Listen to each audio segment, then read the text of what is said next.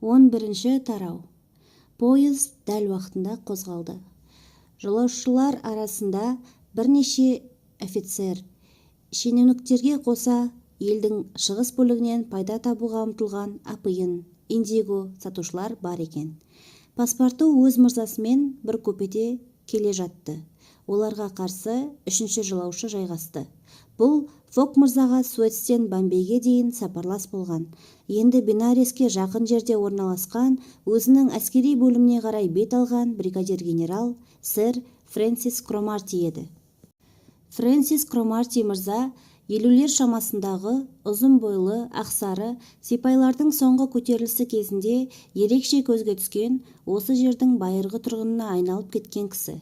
Бозбала шағынан Үндістанда тұрып жатқан, туған жеріне де сирек баратын білімдар адам. Егер Филиас Фок ынта білдіре қалса, Үндістанның әдет-ғұрпы, тарихы, мемлекеттік құрылымы туралы қызықты мәліметтерді талмай айтып беруге бар. Әйтсе де, біздің мырза ол жайында ештеңе сұрамады. Филиас Фок саяхаттап емес, санасында шеңбер сызып отырды.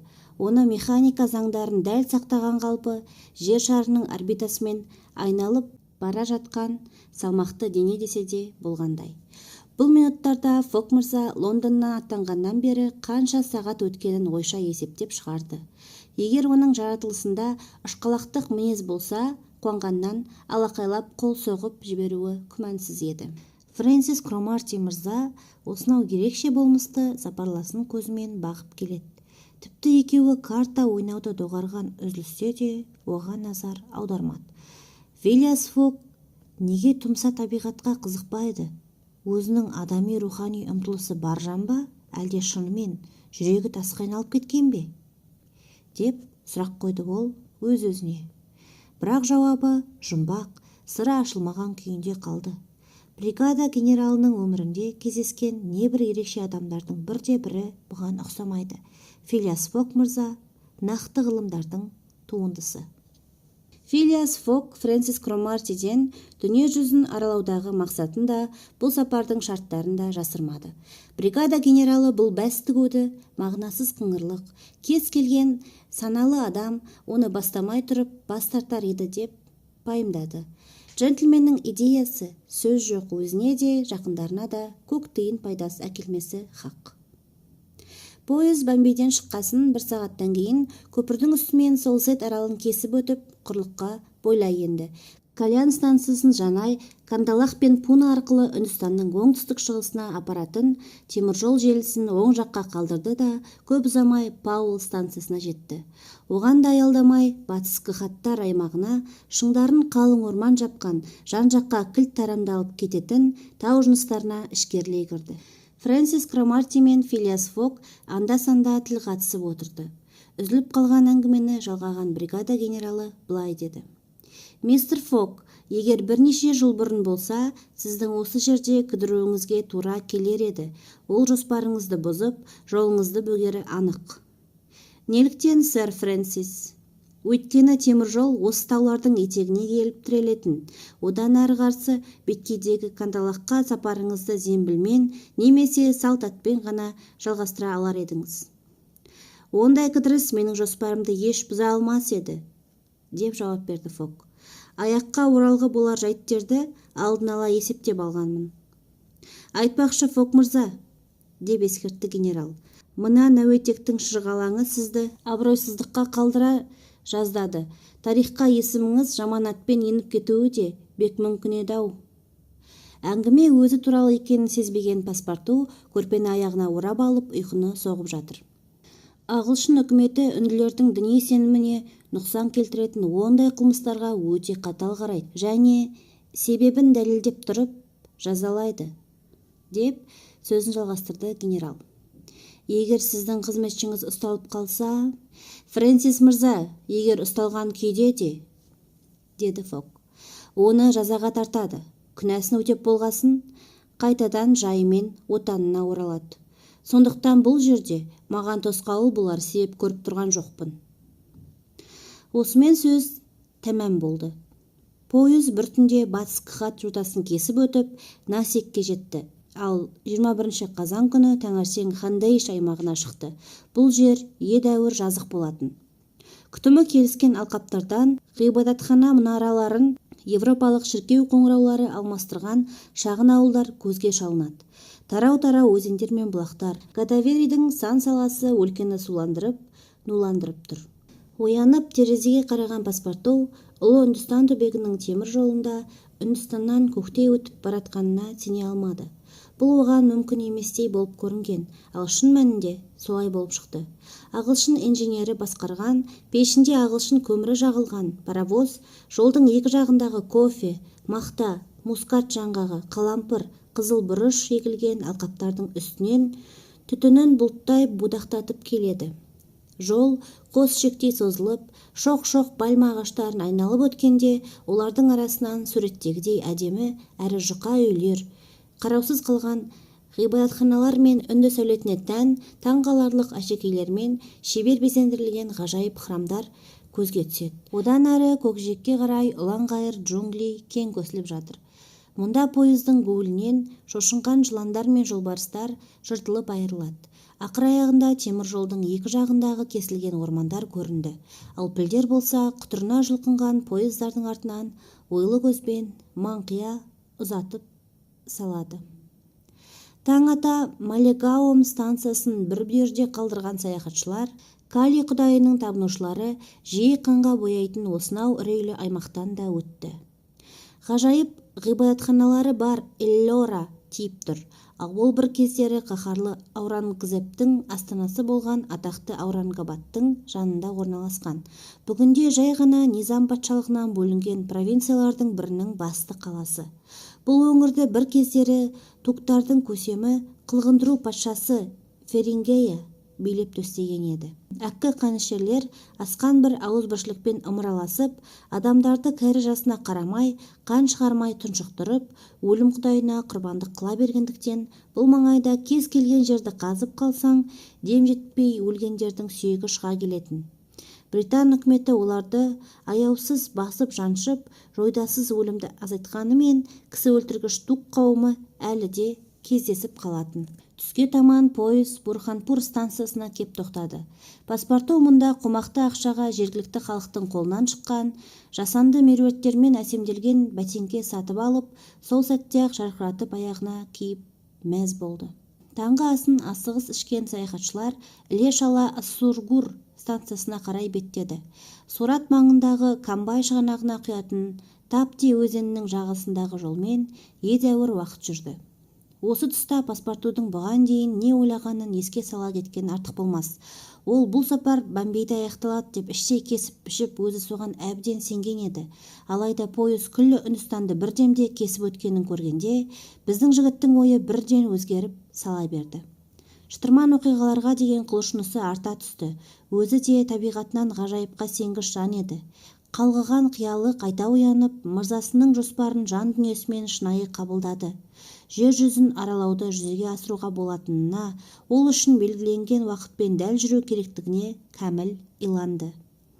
Енді оны кешігу, оқыс оқиға, жолда кездесу ықтимал келеңсіз жайттер мазалай бастады. Бұл бәстесудің маңызын бар зейінімен ұғынып, өзінің ашықауыздығынан күні кеше-ақ бір сөзбен бәрін бүлдіре жаздағаны есіне түсіп, шошып кетті. Ол артта қалған күндерді, басып өткен аялдамаларды іштей есептеп, пойыздың жүрісінің баяулығына ызасы келді. Машинистке сыйақы уәде етпегені үшін Фок мырзаны іштей жазғырды. Пойыздың пакетбот еместігі, оның нақты кестемен жүретіні біздің сабаздың ойына кіріп те шықпады. Кешке таман олар Кхандейш пен Бунделханд аймақтарын бөліп тұрған Сатпур тауының шатқалына бойлай енді. 22-сі күні таңертең сэр Фрэнсис Кромарти «Уақыт қайшама?» деп сұрап еді, паспорту сағатына қарап, «Түнгі сағат 3» деді. Бұл жерден шамамен 77 градусқа батысқа ауытқып тұрған Гринвич меридианымен келтірілген тамаша сағаты 4 сағат артта қалуға тиіс еді. Шынында солай болып шықты. Сэр Фрэнсис Кромарти сағатын жергілікті уақытпен сәйкестендіріп, фикс сияқты ол да паспортуға ескерту берді. Генерал оған әрбір жаңа меридиан сайын уақытты өзгертіп тұру керектігін, және шығысқа, яғни күнге қарай жүрген әр градус сайын күннің ұзақтығы 4 минутқа қысқаратынын түсіндіруге тырысты. бірақ онысынан түк шықпады. Қыңыр жігіт сэрдің сөзін ұққан-ұқпағаны белгісіз, бірақ қалай болғанда да сағатының тілін қозғамады. Бұрынғысынша Лондон уақытынан айнымады. Оның бұл түкке тұрғысыз кесірлігінен келіп кетер зиян жоқ еді. Таңғы сағат 8-де пойыз Роталь станциясынан 15 миль қашықтықтағы жан-жағын бірнеше көркем үй мен жұмысшылардың лашықтары қоршаған жазыққа кеп тоқтады. Бұл жер орманның шеті екен. Жағалай жайқалған тамаринт ағашы мен құрма пальмалары. Кондуктор вагондарды жағалап, жолаушылар шығыңыздар деп қайта-қайта қақсады. Филиас Фок күтпеген тоқтаудың себебін түсінбегендей Фрэнсис Кромартиге қарады. Олардан кем таңғалмаған паспорту сыртқа атып шықты да қайтадан ішке кіріп айғай салды. «Теміржол осымен тәмам, мырза. Сіз мұнымен не айтқыңыз келеді?» деп сұрады сэр Фрэнсис Кромарти. «Жол жоқ, пойыздың әрі қарай жүрмейтінін айтқым келеді». Бригада генералы вагоннан атып шықты. Филиас Фок те аспай-саспай соңынан ерді. Екеуі де кондукторды бетке алды. «Біз қайда тұрмыз?» деп сұрады сэр Фрэнсис Кромарти. «Колби кентінде», деп жауап берді кондуктор. «Сонда осы жерден тоқтаймыз ба?» «Әлбетте, әрі қарай теміржол тартылмаған». «Теміржол тартылмағаны қалай? Жол салынбаған ба?» «Жоқ, Аллахабадқа дейін әлі 50 миль жол салу керек. Сол жерден желі әрі қарай жалғасады». «Газеттердің жол толықтай ашылды деп жазғаны қайда?» «Жазса қайтейін, генерал мырза. Демек, газеттер қателескен». «Ал сіз билетті Бомбейден Калькуттаға дейін саттыңыз», деді қаны қайнай бастаған Фрэнсис Кромарти. «Жөн айтасыз», деді кондуктор. «Алайда жолаушылар Колбиден Аллахабадқа дейін өз күштерімен жету керек екенін біледі».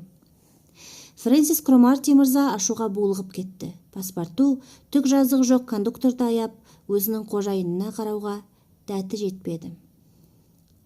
«Сэр Фрэнсис», деді байыппен Фок мырза. «Егер сіз қаласаңыз, Аллахабадқа жетудің жолын бірге іздейік». «Фок мырза, бұл кідіріс сіздің жоспарыңыздың күл-талқанын шығарады ғой». «Жоға, сэр Фрэнсис, мұның бәрі ойластырылған». «Қалайша сіз сонда мына жолдың?» «Тіпті де олай емес. Бірақ мен ерте ме кеш пе жолда әйтеуір бір кедергінің болатынын білдім. Жоғалтқан ештеңеміз жоқ. Менде әлі 2 күн бар. Пароход Калькуттадан Гонконгке 25-і түс ауа шығады. Бүгін әлі 22-сі. Біз Калькуттаға дер кезінде жетеміз». Мұндай орнықты жауапқа қалайша қарсылық білдірерсің? Теміржол тарту жұмысы шынында да тап осы жерге кеп тоқтапты. Уақытынан алға озып кеткен сағат сияқты газеттер жол ашылды деп ерте жариялап жіберген сыңайлы. Жолаушылардың көбі ол туралы енді ғана естіп отыр. Пойыздан түсе салысымен олар кенттегі жыбырлаған көліктерге жапа-тармағай ұмтылды. Қоларба, зебу, жергілікті сиыр тұқымы жеккен 4 дөңгелекті арбалар, жылжымалы ғибадатханаларға ұқсайтын күймелер, адам көтерген жабық зембілдер, понилер бәрі-бәрін әп-сәтте пышақ үстінен бөліп әкетті. Фок мырза мен сэр Фрэнсис Кромарти ауылды аралап шыққанымен құр қол қайтты. «Мен жаяу кетемін», деді Филиас Фок. Осы сәтте Фок мырзаның қасына жақындап келген паспорту өзінің кереметтей сәнді, бірақ жаяу жүруге жарамсыз аяқ киіміне қарап мырс етті. Маңайын шолып тұрған ол қуанып кетіп жаңалық ашқандай саңқылдай жөнелді. «Мырза, мен шамасы көлік тапқан сияқтымын». «Қандай?» «Піл, осыдан 100 қадам жерде тұратын үндісте піл бар». «Онда не тұрыс? Жүр, пілді көрейік», деп жауап қатты Фок мырза. 5 минут өтпестен Филиас Фок, Фрэнсис Кромарти және паспорту үшеуі биік шарбақпен қоршалған қашасы бар лашыққа келді. Лашық үндістің, ал бар пілдің тұрағы. Фок мырзаның өтініші бойынша үндіс оларға қашаға кіруге рұқсат етті. Мұнда олар үй иесі жүк теңдеуге емес, соғыс көлігі қылып жаттықтырған, жартылай жабайы деуге боларлық пілдерді көрді. Ол пілдердің жуас мінезін өзгерту мақсатымен үнділіктер азаптау деп атайтын тәсілмен құтыртыпты. Мұндай күйге жеткізу үшін 3 ай бойы қант, маймен ғана қоректендіреді екен. Бұл әдіс күткендей нәтиже бере қоймас, алайда піл үйретушілер соның өзін сәтті пайдаланады. Құдай дес бергенде Фок мырзаға қант пен май жеуді жақында ғана бастаған, азаптауды әлі сезіне қоймаған піл тап келді. Бұл пілдің аты Кьюни екен. Өзге тұқымдастары сияқты ол да жылдам әрі ұзақ жүріске төзімді. Салт мінер басқа көлігі болмағасын, Филиас Фок соны таңдады. Жыл сайын азайып баратқандықтан Үндістанда пілдер қымбат тұратын. Цирк сайыстарына жарайтын еркектері өте сирек кездеседі. Бұғауға түскен жануарлар аса көп тұқым бере қоймайтындықтан, оларды аулап қана алуға болады. Сол үшін Үндістанда пілдерді көздің қарашығындай қорғайды. Фок мырза үндіден жалға беруді сұрағанда, ол үзілді-кесілді бас тартты. Фок мырза оған әдеттен тыс жоғары баға ұсынды. Сағаты 10 фунт стерлинг. Келіспеді. 20 фунт стерлинг. Бас тартты. 40 фунт. Оған да көнбеді. Баға әр көтерілген сайын паспорты орнынан ұшып кете жаздады. Дегенмен үнді илікпеді. Ұсынылған баға өте қомақты. Егер піл Аллахабадқа дейін 15 сағат жүрсе, онда қожасына 600 фунт стерлинг табыс әкелген болар еді. Филиас Фок сабырлы қалпын өзгертпестен, үндіге пілін 1000 фунтқа сат деп қолқа салды. Үнді сатқысы келмеді. Айлакер әлі де мол қарпығысы келетіндей. Сэр Фрэнсис Кромарти Фок мырзаны шеткерірек шығарып алып, бағаны көтерер алдында жақсырақ ойласып алуға кеңес берді. Филиас Фок серігіне ойланбай әрекет ету әдетінде жоқ екенін, сайып келгенде бұл мәселе 20 000 фунттың бәсі, піл оған қалайда керек және ол үшін 20 есе көп төлеуге тура келсе де сатып алатынын мәлімдеді. Фок мырза қайта оралды. Ол үндінің кішкентай көздерінен тойымсыз қараулықты, көкейін ақша тесіп тұрғанын көрді. Оған әуелі 1200, одан соң 1500, 1800 фунт ұсынып, ақыры 2000-ға көндірді. Әдетте қызара бөртіп тұратын паспортудың жүзі толқығаннан қаны қашып, бозарып кетті. Үндіс 2000 фунтқа келісті. Өзімнің туфлиіммен ант етейін, деп қылғынды паспорту. Пілдің ет үшін бұл деген өте қымбат баға. Келісім лезде жасалды. Енді қалғаны лаушы табу. Ол өте тез шешілді. Байсалды жүзді жас парсы жігіті өз бағасын айтты. Фок мырза келісіп, оның құлшынысын 2 есе арттыратын сыйақы беруге уәде етті. Пілді келіп сол сәтте-ақ жабдықтады. Парсы мұндай іске әбден төселген екен. Ол пілдің арқасына жабу әкеп жапты да, әр беріне қолапайсыз себеттерді іліп тастады. Филиас Фок үндіске әйгілі жол сандығының ішінен банк билеттерін алып есеп айырысты. Әр ақшаны берген сайын паспортудың ішегі суырылып жатқандай болды. Бәрі шешілгесін Фок сэр Фрэнсис Кромартиге Аллахабад станциясына дейін бірге баруды ұсынды. Бригада генералы бірден келісті. Артық жолаушы алып жануарға күш түсірген жоқ. Жолаушылар азық-түлікті Колбеден сатып алды. Сэр Фрэнсис Кромарти бір себетке Филиас Фок екіншісіне жайғасты. Паспорту пілдің қыр арқасына, өзінің мырзасы мен генералдың ортасына отырды, ал парсы жігіті мойнына мінді. Осылайша жануар сағат 9-да ауылды артқа тастап, ең төте жолмен, қалың өскен пальма ағашының арасымен Аллахабадқа қарай беттеді. 12-ші тарау. Жолбасшы уақыттан ұту үшін төтеден салды. Теміржол желісіне апаратын жолды да қысқа деуге келмейді екен. Ал Виндхия тауының бұралаң қалдарысы көп соқпақтары Филиас Фокке тым жайсыз тиді. Бұл жердің қуыс-қуысын 5 саусағындай білетін парсы жолаушыларды орман іші арқылы алып жүрді. Осылайша қашықтықты 20 мильге қысқартуды көздеді. Себеттің ішінде құнысып бой жаза алмаған, дамылсыз шыбыртқылаған пілдің бүлкілі іші бауырын соғып тастаған Филиас Фок пен Фрэнсис Кромартидің әбден сілесі қатты. Алайда олар қиналса да, британдық салқынғандылықпен сыр білдірмей, ара-тұра бір-біріне көз тастап тіл қатысып отырды. Жануардың жонарқасына мінген паспорту жайсыздықты бірінші болып сезсе де, бір жағынан қожайынның ескертуінен жасқанып, бір жағынан қорыққаннан тілін тістеп үн шығармады.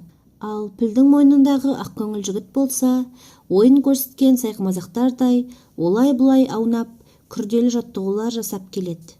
өйстіп қарғып секіріп жүріп те аузы жабылмай әрнені айтып күліп, сөз арасында сөмкесінен қант алып, есті жануар Кьюнидің тұмсығының ұшына салып қоюды да ұмытпады, желісін де баяулатпады. Ет пісірім жүргеннен кейін жолбасшы пілді тоқтатып, дем алдыру үшін 1 сағат үзіліс жариялады.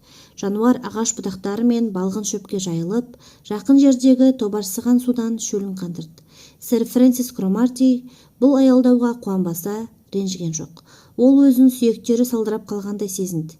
Есесіне Фок мырза ұйқыдан жаңа тұрғандай сергек. «Сіз темірден жаралғаннан саумысыз?» деп таңғала сұрады бригада генералы. «Шыңдалған болаттан соғылған», деп жауап берді паспорту, жеңіл-желпі таңғы ас әзірлеп жатып. Түске таман жолбасшы жүреміз деп белгі берді. Айнала барған сайын сұрқайланып барады. Биік-биік пальмалар аласарып, орнын тамаринт басты. Одан әрі саяхатшылар қураған бұталар жапқан, үлкен-үлкен қойтастар жатқан жазық алқапқа шықты. Саяхатшылар сирек аяқ басатын Бұнделхандтың бұл бөлігі үнділердің ең бір қатал да жанкешті қауымына қарайтын еді. Раджаның қол астындағы ықпыл-жықпылы көп бұл Виндхия тауы аймағында британдықтардың үстемдігі әлі күшейе қоймаған. Саяхатшылар жүрдек жануарға ызалана таптап берген үндістердің дүлей тобырына бірнеше рет жолықты. Олармен кездесудің қаншалықты қауіпті екендігін білетін парсы неғұрлым соқтықпауға тырысты. Ұзақты күнге жолаушылардан зып беріп қашып, бет-аузын ыржаңдатқан қылығымен паспортуды қатты қызықтырған бірнеше маймылдан өзге хайуанаттар көзге шалына қоймады. Жол бойы біздің сабаздың ойынан бір-ақ нәрсе шықпай қойды. Аллахабадқа барғасын Фок мырза мына пілді қайтеді екен? Өзімен бірге алып жүре ме? Ол мүмкін емес. Пілдің құнына жол шығыны қосылғанда бағасы тіпті еселеніп кетеді ғой. Бәлкім сатып жіберетін шығар. Мүмкін еркіне қоя береді. Байғұс жануар ондай бақытқа толық қақылы. Ал енді Фок мырза пілді басқа біреуге сыйлай салса қайтесің, паспорту? Қиналғанның, қимағанның көкесі сонда болар. Осы ойлар паспортудың миына маза бермеді. Кешкі 8-де Виндхияның негізгі бөлігін еңсеріп, жотаның теріскей баурайын бойлай төмен түскен жолаушылар етектегі үйлерге кеп тоқтады. Бір күнде 20 мильдей жол жүріпті. Аллахабад станциясына да сонша жер бар.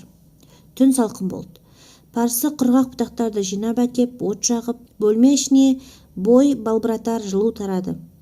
Колбеден сатып алынған азық-түліктен ас әзірленді. Жол соқты болып шаршаған саяхатшылар тамақты қомағайлана жеді. Шашыраңқы басталған әңгіменің соңы қорылдаған ұйқыға ұласты. Жолбасшы үлкен ағашқа сүйеніп, түрегеп тұрып, мүлгіген Кьюнидің қасында көрер таңды көзімен атырды. Түн тыныш өтті. Тек ара-тұра қабландар мен пантералардың арылдаған дауысы, маймылдардың шықлықтаған жағымсыз үндері, мазаны алғаны болмаса, бұлар жатқан жерге еш қайсысы жақындаған жоқ. Сэр Фрэнсис Кромарти жорықтан оралған сарбаздай тұяқ сөтпестен қорылға басты. Паспорту күні бойы шайқалақтаған жүріс түсіне еніп, берекесі қашып шықты. Ал Фок мырзаға не болды дейсіздер ғой? Ол бейне бір Севил Роудағы үйінде жатқандай ұйықтады. Саяхатшылар таңғы 6-да қайтадан жолға шықты. Жолбасшы кешке дейін Аллахабад станциясына жетеміз деп үміттенді. Олай болса, Фок мырза сапар басталғалы артылған 48 сағаттың тең жартысын ғана жоғалтады. Виндхия тауының соңғы сілемінен өткесін Кьюни қайтадан бүлкілге көшті. Түске таман олар Гангтың бір саласына құятын Кен өзенінің бойында жатқан Калленджер ауылының тұсынан өтті. Жол бастаушы елді мекендерден аулақ жүруге тырысты. Одан гөрі қаңырап бос жатқан егістіктер мен еңістер қауіпсіздеу еді. Көп замай ұлы өзеннің жақын қалғаны да байқала бастады. Аллахабад станциясы солтүстік шығысқа қарай 12 мильдей жерде. Соңғы рет банан ағаштарының көлеңкесіне аялдады. Оның нандай тойымды, кілегейдей дәмді, шырынды жемістеріне саяхатшылар әбден тойды. Сағат 2-де парсы бірнеше мильге созылып жатқан төбесінен күн көрінбейтін қалың орманға қарай бұрылды. Ағаш ішімен жүру ашық далаға қарағанда қауіпсіз. Қалай десек те осы уақытқа дейін жолай бірде-бір келеңсіз оқиға кездескен жоқ. Егер аяқ астынан піл тоқтай қалып, мазасыздана бастамағанда, бұл сапарды сәтті аяқтады деп айтуға болар еді. Түс ауып сағат 4 болды. «Не боп қалды?» деп сұрады сэр Фрэнсис Кромарти өзінің себетінен басын шығарып. «Білмеймін, генерал мырза», деді парсы жігіт қалың ағаштың ішінен шыққан беймәлім дыбысқа құлағын түріп. Бірнеше минуттан кейін дабырлаған дауыс анығырақ естіле бастады. Шамасы сырнайлатып кернейлеткен адамдар хормен әндетіп келе жатқан тәрізді. Паспарту жанарын тігіп, бар зейінімен қарап қапты. Фок мырза бір ауыз сөз айтпастан сабырмен күтті. Жолбасшы секіріп түсіп, пілді ағашқа байлады да, өзі ну орманның арасына сіңіп кетті. Көп уақыт өтпей, ол ентіге жүгіріп келді. «Бұл брахмандардың салтанатты рәсімі біздің жаққа қарай келе жатыр. Олар аңғармай тұрғанда көзден тасаланып үлгерейік», деді. Сосын жоғардағыларға жерге түспеуге кеңес берді де, пілді шешіп алып, қалың ағаштың ішіне жетектей жөнелді. Өзі қалт етпей қашатын сәт туса, қарғып мінуге әзір тұр. Ол мына рәсімшілер нужностың арасынан байқамайды, жанымыздан өтіп кетеді деп үміттенді. Бей-берекет шыққан дауыстар мен дарылдаған аспаптар үні тіпті таяп қалды. Барқыраған адамдар, күрсілдеген барабан, цимбал үні. Көп ұзамай біздің саяхатшылар тұрған жерден 50 метр қашықтан шерушілердің басы көрінді. Фок мырза мен серіктері діни рәсімге қатысушылардың әлем-желем түрлерін анық байқады. Алғашқы қатарда алтынмен кестеленген ұзын шапан жамылып, бастарына митра киген абыздар. Оларды ерлер, әйелдер, балалар қоршай еріп, жерлеу жырларын сарнап, әлсін-әлсін там-там мен цимбалды соғып-соғып қалады. Соңынан үлкен дөңгелегінің шығыршығы мен шабақтарына жылан бейнесі салынған, зерлі жабу жабылған екі зебу қосарлап жегілген арба жүріп келеді. Оның үстінде 4 қолды, денесі қошқыл түсті, көзін қан жапқан, шашы күлгін, тілі салақтаған, еріндері қына мен бетілмен боялған ұсқынсыз мүсін тұр. Мойнына адамның өлі басынан алқа тағылған, белбеуі кесілген қолдардан. Мүсін басы жоқ алып дененің үстіне қойылған. Сэр Фрэнсис Кромарти бұл мүсінді жазбай таныды. «Кали», деп сыбырлады ол. «Махаббат пен өлімнің әйел құдайы. Өлім дегеніңізбен келсем, бірақ ешқашан махаббатты қосақтай көрмеңіз», деп мәлімдеді паспарту. «Не деген жексұрын ұрғашы?» Парсы оған үніңді шығарма деп ымдады. Мүсіннің төңірегінде қоңыр бояумен жолақталған, қаны тамшылаған крест тәрізді кесінділерді жамылған кәрі көз бояушы, сиқыршылар ербең-ербең билеп, жын қаққандай болып кетті. Бұлар рәсім кезінде Джаггернаут дөңгелегінің астына түсуден тайынбайтын ызақор жанкештілер еді. Олардың ту сыртында үлбіреген шығыс киімдерін киген бірнеше брахманы аяғын әрең басқан бір әйелді жетектеп келе жатты. Борықтай аппақ жас әйел әсілі европалыққа ұқсайды. Басы, мойны, иығы, құлағы, қолы мен аяғы түгелдей асыл тас, алқа, білезік, сырға, сақинаға малынған.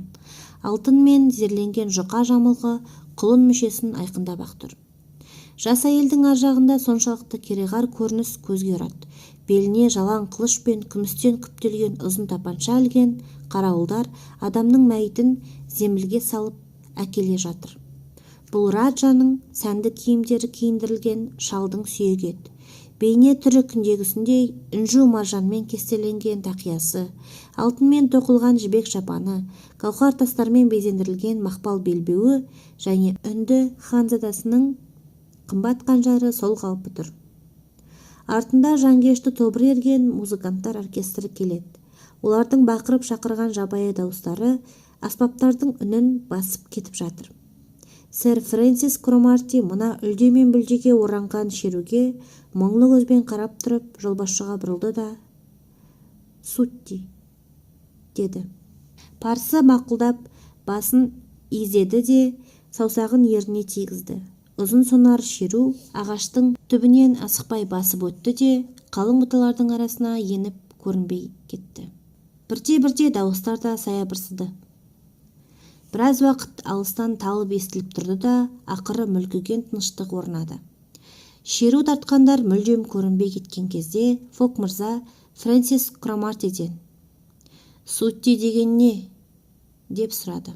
Сутти дегенің адамды құрбандыққа шалу, Фок мырза, деді бригада генералы. Дегенмен құрбандық шалу ерікті түрде. Жаңағы сіз көрген әйел таң шапағы атқанда отқа өртелетін болады.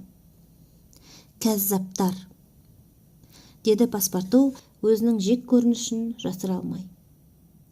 Ал өлген адам ше? Деп сұрады Фок мырза. Ол әмірші, әлгі әйелдің күйеуі, деп жауап берді жолбасшы. Тәуелсіз Бундельханд уәлаятының раджасы. Қалайша, тағылық салт Үндістанда әлі құрып бітпеген бе? Ағылшындар оны жоя алмағаны ма? Деді Филиас Фок, даусынан ешқандай абыржу байқалмайды. Үндістанның көп бөлігінде, деп жауап берді сэр Фрэнсис Кромарти. Мұндай құрбандықтар тоқтатылды, алайда біздің шөл далаға, атап айтқанда Бундельхандқа пәрменіміз жетпей жатыр. Виндхия тауларының солтүстік сілемдерінде кісі өлтіру мен қарақшылық тоқтамай тұр. Байғұс-ай, деп күбірледі паспорту. Ертең оны тірідей отқа жағады. Солай, деп жауап қатты генерал. Егер оны өртемеген жағдайда, жақындарының оған қандай ауыр жаза кесетінін сіз елестете алмайсыз. Ондай әйелдердің шашын қырқып тастап, күніне бірер шым-шым ғана күріш береді. Арам мақлұқ санап, ақыры ит өліммен өледі. Бұл бақытсыз бейшараларға өлімді таңдауға мәжбүр ететін діни фанатизм де, махаббат та емес. Алдында күтіп тұрған азапты өмір. Кейде мұндай құрбандықтардың ерікті түрде жасалатыны да рас. Оны тоқтату үшін билік мықтап араласуы қажет. Бірнеше жыл бұрын мен Бомбейде тұрғанымда губернаторға бір жас жесір әйел күйеуінің мәйітімен бірге өртенуге рұқсат сұрап келді. Өзіңіз біліп тұрғандай, губернатор рұқсат бермеді. Ол әйел қаланы тастап шығып, әлде бір раджаның иелігіне барып, өзін құрбан етіп тыныпты. Генерал әңгімесін жолбасшы үнемі басын изеп қостап отырды. Аяқтап болғанда былай деді. Ертең таң атқанда отқа өртелетін мына құрбандық өз еркімен бара жатқан жоқ. Оны қайдан білесіз? Ол туралы бүкіл Бундельханд біледі. Алайда бұл бейшара әйел тіпті қарсылық білдіруге де қауқарсыз, деп ескертіп өтті Фрэнсис Кромарти. Я, апиын мен қара сора әбден миын улап тастаған ғой. Оны қайда апара жатыр? Пиладжи ғибадатханасына. Осы жерден 2 миль жерде. Олар құрбандық шалар сағатты күтіп бір түн түнейді. Құрбандық шалу қашан болады? Таңертең, күн шапағы алғаш көрінгенде. Жолбасшы осыны айтып, пілді қалың жыныстың арасынан жетектеп алып шығып мойнына мініп алды. Алайда ол жүрер алдындағы ысқырмас бұрын Фок мырза Фрэнсис Кромартиге қарап былай деп сұрады. Ал біз ол әйелді құтқарып алсақ қайтеді? Ол әйелді құтқарайық деймісіз, Фок мырза? Генералдың дауысы жарық шақтанып шықты. Менің артық қалған әлі 12 сағатым бар. Оны құрбан етуге дайынмын. Демек, сіз жүрегі бар адам екенсіз ғой? Деді генерал. Кей-кейде, уақытым болған кезде ғана, деп елеусіз жауап қатты Филиас Фок.